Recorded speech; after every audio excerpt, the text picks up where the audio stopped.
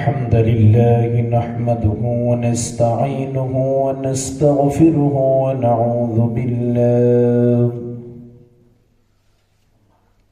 ونعوذ بالله من شرور أنفسنا ومن سيئات أعمالنا. من يهد الله فلا مضل له ومن يضلله فلا هادي له، ونشهد أن لا إله إلا الله وأن محمدا عبده ورسوله، أرسله بالحق بشيرا ونذيرا وداعيا إلى الله بإذنه وسراجا منيرا. وقد قال الله تعالى في كلامه المجيد وفرقانه الحميد: أعوذ بالله من الشيطان الرجيم. بسم الله الرحمن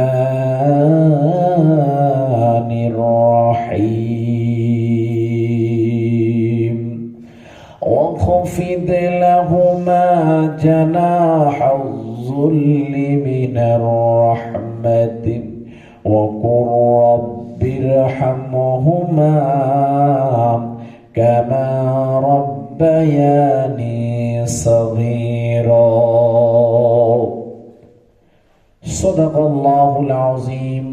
وقال رسول الله صلى الله عليه وسلم: المسلم أخو المسلم، إن الله وملائكته يصلون على النبي يا أيها الذين آمنوا صلوا عليه وسلموا تسليما.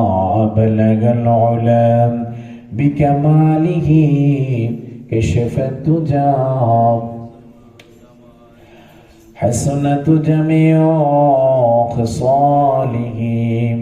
صلوا عليه له لا إله لا إله لا إله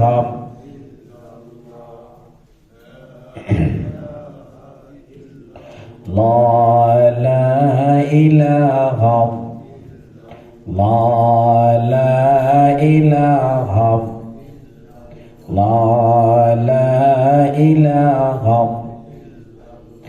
لا إله إلا الله محمد رسول الله صلى الله عليه وسلم. الحمد لله। মহান আল্লাহ পাক রব্বুল আলামিনের দরবারে অসংখ্য কোটি শুকরিয়া জ্ঞাপন করছি যে রব্বুল আলামিন আজকে এই জুমার দিনে, পবিত্রময় দিন, পবিত্র জুমার দিনে পৃথিবীর শ্রেষ্ঠতম জায়গা আল্লাহর ঘর মসজিদে আমাদেরকে আসার বসার যে তৌফিকটুকু দান করেছেন, এজন্য আমরা সকলেই শুকরিয়া তার আদায় করি। আলহামদুলিল্লাহ। দুরূদ ও সালাম পেশ করছি মানবতার মুক্তির দিশারি নবীর নবী সরদার দু আলম আখির জামান নবী মুহাম্মদুর রাসূলুল্লাহ সাল্লাল্লাহু আলাইহি ওয়াসাল্লামের উপর। শহীদদের সর্বোচ্চ আত্মার মাগফিরাত কামনা করছি। পৃথিবীর শুরু লগ্ন থেকে আজকে এই পর্যন্ত যত মুসলমান কোরআনের জন্য, ইসলামের জন্য তাদের বুকের তাজা রক্তকে বিলীন করে দিয়ে আল্লাহর জমিনে আল্লাহর দ্বীনকে বাস্তবায়ন করার চেষ্টা করেছেন, মহান রব্বুল আলামিন সকল শহীদদের জান্নাতের সুস্থ মাকাম জান্নাতুল ফেরদাউস নসিব করে দিন, আমিন।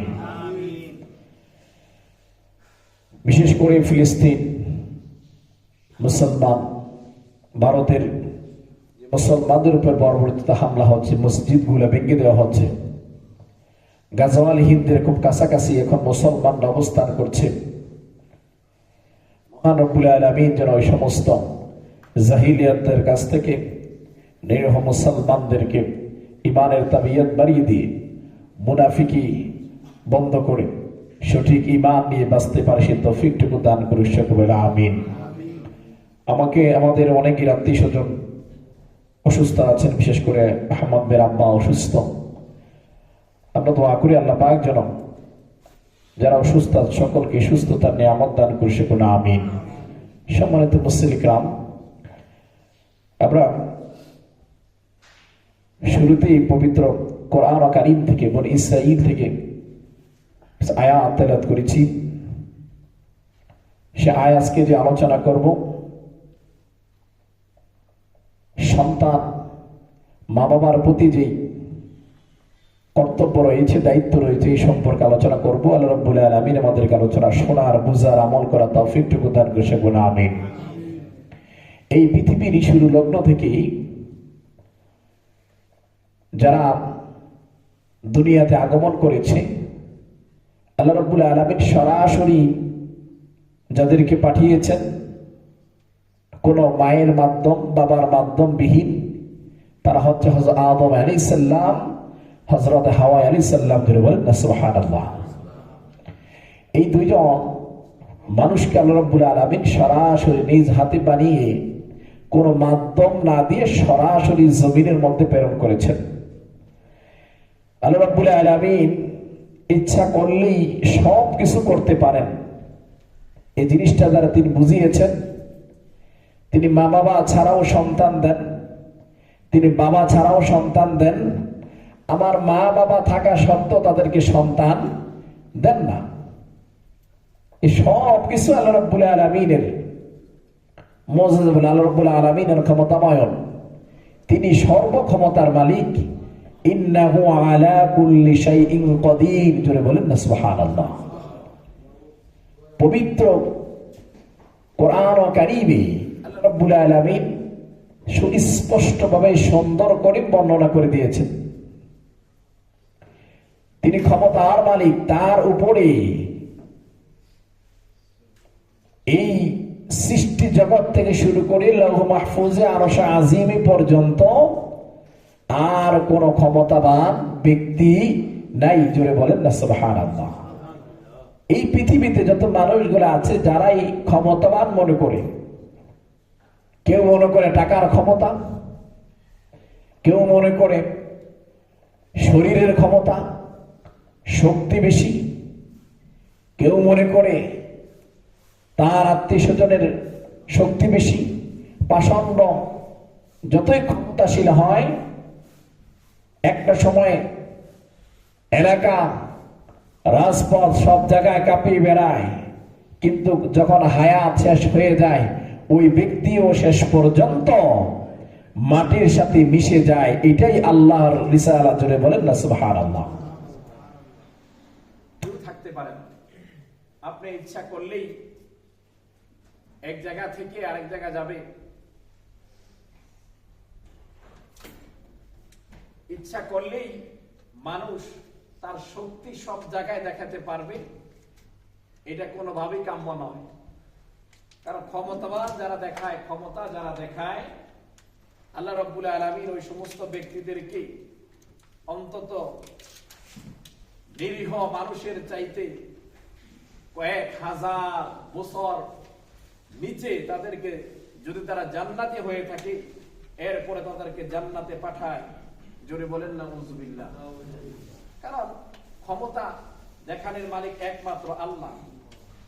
ক্ষমতা দেখানোর মালিক, কারণ তিনি আমাদেরকে রিজিক দেয়, তিনি আমাদেরকে হায়াত দেয়, তিনি আমাদেরকে মউত দেয়। তিনি ছাড়া আমাদেরকে হায়াত দেওয়ার মতন, মউত দেওয়ার মতন আর কেউই থাকে না। জোরে বলেন না সুবহানাল্লাহ। কাজেই তিনি আমাদেরকে বলেছেন সরজেই মানুষগুলোকে তিনি সৃষ্টি করেছেন। প্রথম নবী, প্রথম মানব হযরতে আদম আলাইহিস সালাম, জোরে বলেন না সুবহানাল্লাহ। তাইলে এভাবে করে দিয়েছেন। এরপরে আস্তে আস্তে পরম্পরে বলা হয় হযরত হাওয়া আলাইহিস সালাম 120 বার গর্ভধারণ করেছেন, জোরে বলেন না সুবহানাল্লাহ। 120 বার। এর মধ্যে 119 বার একজন ছেলে একজন মেয়ে যমজ গর্ভধারণ করেছেন, দুনিয়াতে আগমন করেছেন। ওই দুনিয়াতে আগমন করার থেকে শুরু করে শেষ পর্যন্ত কোনো সিজার লাগে নাই, একটা তাবিজ লাগে নাই, কোনো ফুল লাগে নাই, কোনো কিছুই লাগে নাই। ইমানের তবিয়তে শক্তিতে আল্লাহ রাব্বুল আলামিন সুস্থ অবস্থায় সবগুলাইকেই দুনিয়ার মুখ দেখিয়েছেন, জোরে বলেন না সুবহানাল্লাহ।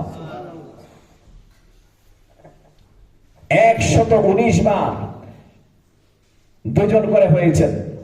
120 বারের সময় শুধুমাত্র একজন পুরুষ জন্মগ্রহণ করেছেন, একজন ছেলে সন্তান জন্মগ্রহণ করেছেন। তিনি হচ্ছেন হযরত শীস আলাইহিস সালাম, যিনি ইসলামের মধ্যে দ্বিতীয় নবী হিসেবে পরিচিত, জোরে বলেন না সুবহানাল্লাহ।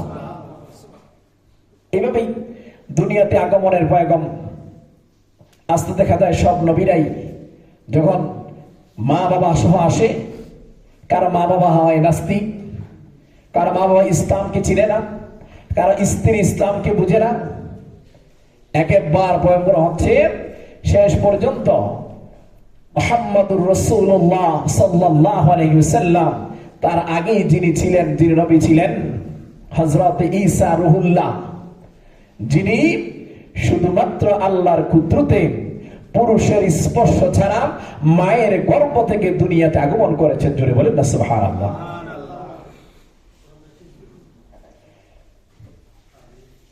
মা বাবার প্রতি সন্তানের দায়িত্ব, সন্তানের দায়িত্ব যেমন আমার সন্তানের প্রতি মা বাবার দায়িত্ব তেমন।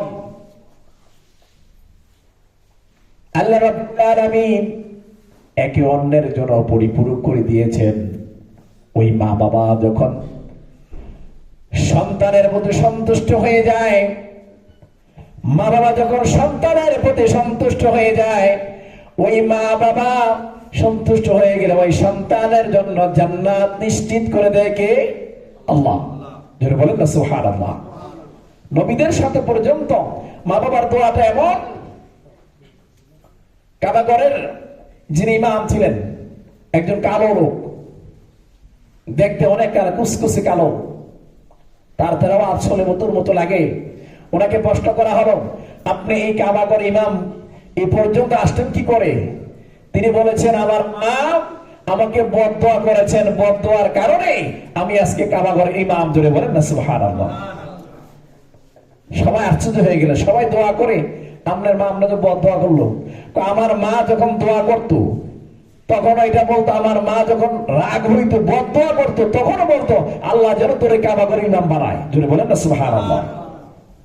অনেকাংশে দেখা যায় আমরা যারা মা বাবা আছি, সন্তানের প্রতি রাগ হইলে বদদোয়া করে হইলি,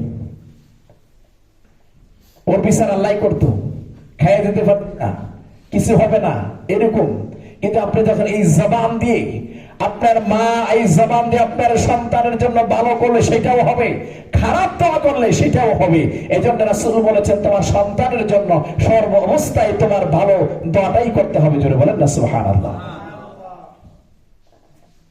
এটা হচ্ছে বিষ সন্তানের জন্য। মা বাবার ভালো দোয়া করেন, এই যে রাগ হইল দোয়া করতে হবে, আল্লাহ আমার সন্তান যাতে ভালো হয়। প্রচন্ড রাগ হয়েছেন, তারপর বদদোয়া করা যাবে, এটা বিদআত বলা হয়েছে।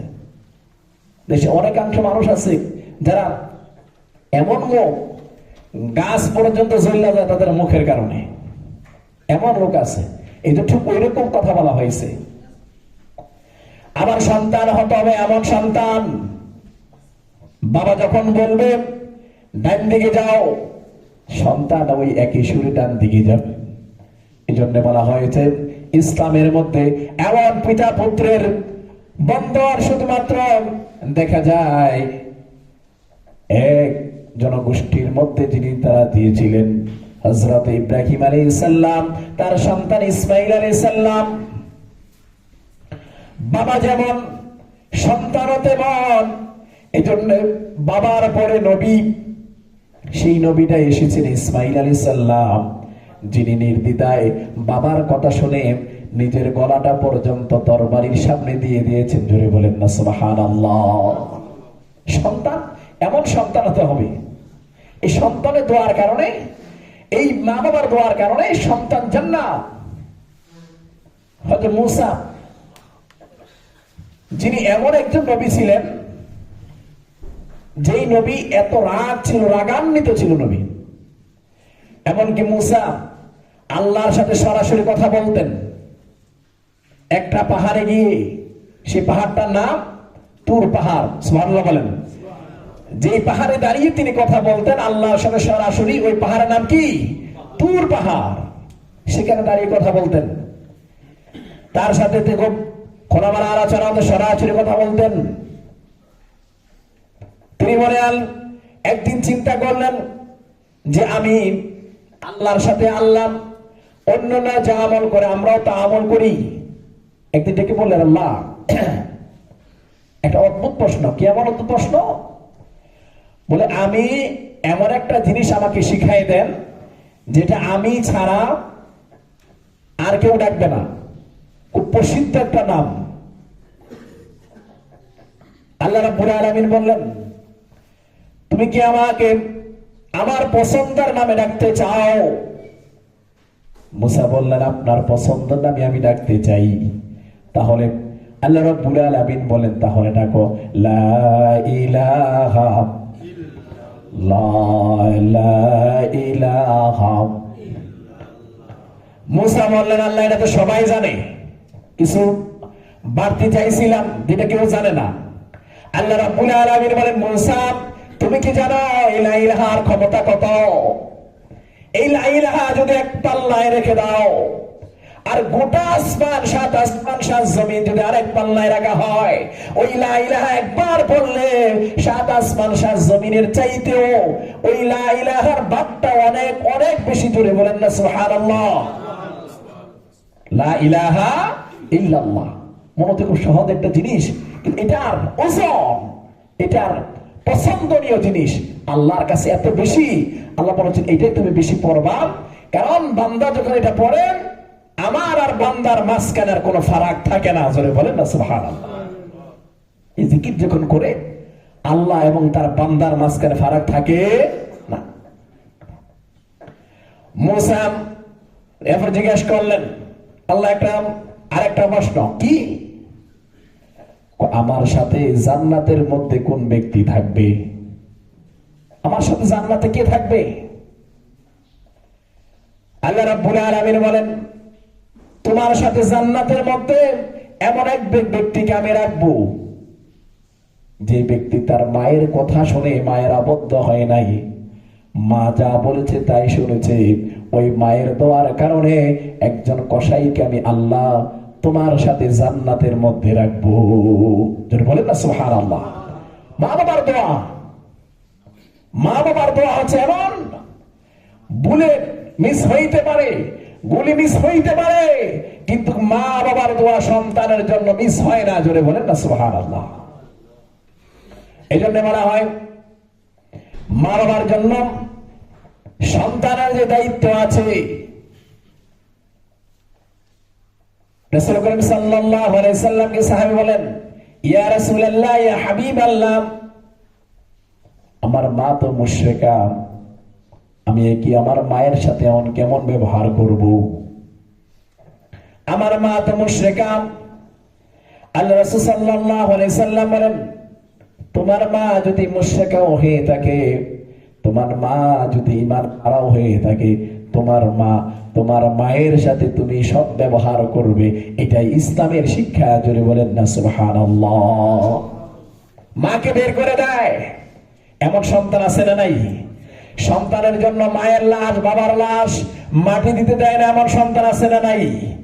ওই সন্তানদের জন্য জাহান্নাম একেবারে নিশ্চিত। জোরে বলেন নাউজুবিল্লাহ। সম্পদ, আবার দেখা গেছে কিছু সময় সম্পদ এমন ভাবে করে দেওয়া হয়, সম্পদের সুষ্ঠু বন্টন না হলে সন্তান ঝগড়া লেগেই থাকে। ওই সন্তানরা ঝগড়া লাগার কারণে আপনার কবরের মধ্যেই ওই সম্পদ আয় করার জন্য যা যা করেছেন নেক না গিয়ে বদ আমল গুলো আপনার কবরে পুষবে। জোরে বলেন নাউজুবিল্লাহ। সন্তান তেমন হবে। আমাদের সন্তানদের এমন শিক্ষা দিতে হবে যে শিক্ষা দেওয়ার কারণে সন্তান যেন মা বাবার জন্য দোয়া করে, আল্লাহুম্মা রাব্বির হামহুমা কামা রাব্বায়ানি সগীরা। অনেক সন্তান আছে এটা বুঝেই না এটা কি। আমরা সন্তানকে নামাজের জন্য আহ্বান করি না, তাহলে ওই সন্তানটা আমাকে জাহান্নামে নিয়ে যাবে। আমরা মা বাবার ওই সন্তান যখন জাহান্নামের জন্য দাঁড়িয়ে যাবে আর বলা হবে আমাকে তো এইটার বলা হয় নাই, আমাকে নামাজের কথা বলা হয় নাই, আমাকে কোরআনের কথা বলা হয় নাই, আমি আজকে নামাজ বুঝি না, কোরআন বুঝি না, ইসলাম বুঝি না, আমাকে জাহান্নামে যাবার আগে আমার মা বাবা কেটে কেনে জাহান্নামে দিয়ে দাও। সন্তানকে খুব মায়া করে আগলি করে খুব কঠিন ভাবে দেশে বিদেশি মিলিয়ে ভালো ভালো অন্য সাবজেক্ট গুলা অনেক টাকা দিয়ে পড়ানো হয়, কিন্তু কোরআন বাংলা দিলেও পড়াতে চায় না। তাহলে আমরা জাহান্নামে যাবো নাকি অন্য কেউ জাহান্নামে যাবে? যেই সন্তানদেরকে আমরা কোরআন শিখাচ্ছি না, যেই সন্তানকে আমি মসজিদ দেখাচ্ছি না, যেই সন্তানকে আমি নামাজ পড়াচ্ছি না, যেই সন্তানকে আমি পর্দার কথা বলতেছি না, তো জাহান্নামে আমরা যাবো না অন্য কেউ যাবে? আমাদের জন্য জাহান্নাম যথেষ্ট। সন্তান আবদ্ধ হবে। ইসমাইল আলাইহিস সালাম যখন বিবাহ করলেন, বিবাহ করার পরে বাবাকে চিঠি লিখলেন, বাবা নতুন বিবাহবদ্ধ হয়েছি, একবার আসেন মক্কা নগরীতে আসেন, আপনার পুত্রবধূকে দেখে যান, দোয়া করে দিয়ে যান। ইসমাইল আলাইহিস সালামের চিঠি পেয়ে বাবা ইব্রাহিম আলাইহিস সালাম মক্কা নগরীতে আসলেন। আসার পরে বাহিরে থেকে দরজা নক করলেন, সালাম দিলেন, ভিতর থেকে শব্দ আসলো কি? ইসমাইল বাড়িতে নাই? না, ইসমাইল বাড়িতে নাই। কোথায় গেছে? জানি টানি না। কবে আসবে তাও বলতে পারবো না। এরকম উত্তর দিয়ে তখন নবী বললেন, ঠিক আছে, ইসমাইল আসলে বলল যে একজন মুরব্বী আসছিল আর ঘরের চৌকাঠটা পাল্টানোর কথা বলে গেছে। ইসমাইল আলাইহিস সালাম আসলেন। আসার পরে ঘরের চৌকাঠের আগেই পাড়ারে তিনি বুঝতে পারলেন এখানে একজন নবীর আগমন হয়েছে, আর নবী হচ্ছে তার বাবা। তিনি তো সাথে সাথে ঘরে দরজা নক করলেন আর বললেন, কেউ এসেছিল কিনা? স্ত্রী বললেন, একজন মুরব্বী এসেছিল। তাকে কি করো না, আপ্যায়ন করো নাই? না। ঘরের ভিতরে ঢুকাও নাই? না। যাওয়ার সময় কিছু বলে গেছে? যাওয়ার সময় বলে গেছে ঘরের চৌকাঠটা নাকি নষ্ট হয়ে গেছে, পাল্টানোর জন্য বলে গেছে। ইসমাইল আলাইহিস সালাম সাথে সাথেই তার স্ত্রীকে তালাক দিয়ে দিলেন। তুমি চৌকাঠের কথা কিছু বুঝো নাই, চৌকাঠটা হচ্ছে তুমি। তোমার উপরে আমার বাবা অসন্তুষ্ট, তুমি আজকে থেকে আমার ঘর থেকে বের হয়ে যাও। জোরে বলেন না সুবহানাল্লাহ। সন্তান তার বাবার আদর্শ হচ্ছে এসেছে যে বলছে কিভাবে বলা হচ্ছে, কোন নবী যদি এক রাস্তা দিয়ে যাইতো, ওই রাস্তার মধ্যে 40 দিন পর্যন্ত মেশক আম্বরের সুবাস বইতে থাকতো। আবার চিঠি লিখলেন, বাবা আপনার কথা মতো চৌকাঠ পাল্টিয়েছি, এবার আসেন। আবার তিনি আসলেন। এবার ইসমাইল আলাইহিস সালাম বাড়িতে নাই, বাহির থেকে সালাম দিলেন। ঘরের দরজা খোলা হলো, বলল কে? আমি অমুক ব্যক্তি এসেছি। ইসমাইল আলী কই? বলে ইসমাইল তো বাড়িতে নাই, আপনি ঘরে আসেন। আর ঘরে আসার পরে তাকে মেহমানদারি করা হলো। বউয়ের চুল দিয়ে শ্বশুরের পা গোড়া মুছে দিল। সব মেহমানদারি করার পরে শেষ হয়ে বলেন, এবার আসলে বইল ঘরের চৌকাটটা ভালো, চৌকাটটা জ্বলতে না পাল্টায়। স্ত্রী বললেন, আমি তো আপনাকে পুরোপুরি চিনলাম না, আপনি কে? বলেন, বলে আমি ইসমাইলের হতভাগ বাবা। বলেন না সুবহানাল্লাহ। ওই বাবা যখন দোয়া করে গেছে, তাহলে দোয়া করে যান, দোয়া করে গেছে। এরপরে যখন আসছে, আসার পরে যখন ডাক দিল, বিবি রে কেউ আসছিল নাকি? তারপরে আসছিল, থাকে নাই, কেউ না চলে গেছে। ইসমাইল চিন্তা করেন এইবার ওকে আগের মতো হইল কিনা। পর্বতে যখন আসলেন বললেন যে কিভাবে কি করছিলি? আমি যতটুকু আপ্যায়ন করা আমি করেছি, থাকতে বলেছি, থাকে নাই। তো যাওয়ার সময় কিছু বলে গেছে? যাওয়ার সময় একটা কথা বলে গেছে, চৌকাটটা যত না পাল্টাও। যদি বলেন না সুবহানাল্লাহ। এটা হচ্ছে সন্তান তার মা বাবার কথা এইভাবে শুনবে। আল্লাহ এবং তার রাসূল পরে সন্তানের কথা বলা হয়েছে, শুধু বলা হয় নাই, বলা হয়েছে যদি আল্লাহর পরে কাউকে সেজদা করার জন্য বলা হয়তো, তো সন্তানদেরকে বলা হতো মা বাবার জন্য সেজদা করার জন্য। বলেন না সুবহানাল্লাহ। এতটুকু তো বলা হয়েছে। এই জন্য মুসলমান আমাদেরকে ইসলাম আগে সন্তানদেরকে ইসলাম বুঝাতে হবে। ইসলাম যদি না বুঝাই, তাহলে সন্তান আমাদেরকে সম্মান করবে না, সন্তান আমাদেরকে ইজ্জত করবে না, সন্তানরা সন্তানদের মন মানুষের হবে না। মহান আল্লাহ রাব্বুল আলামিন আমাদের সকলকে ইসলামের সঠিক বুঝদান করে সেগুলো আমিন। الرسالة في مصطلح الإسلامية تعني نقول رسالة أو علامته أو أمر تعليمته أو نهاية إلى الناس.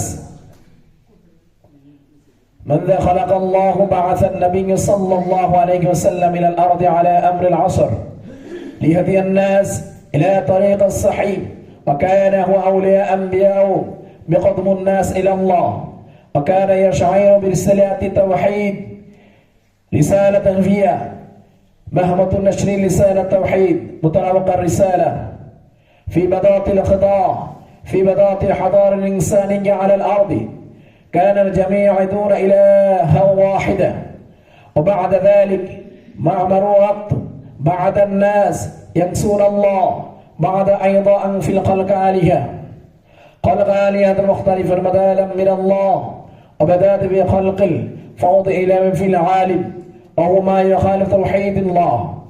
بارك الله لنا ولكم في القرآن العظيم. أعوذ بالله من الشيطان الرجيم. যারা সুন্নাত পড়েন সুন্নাত পড়েন।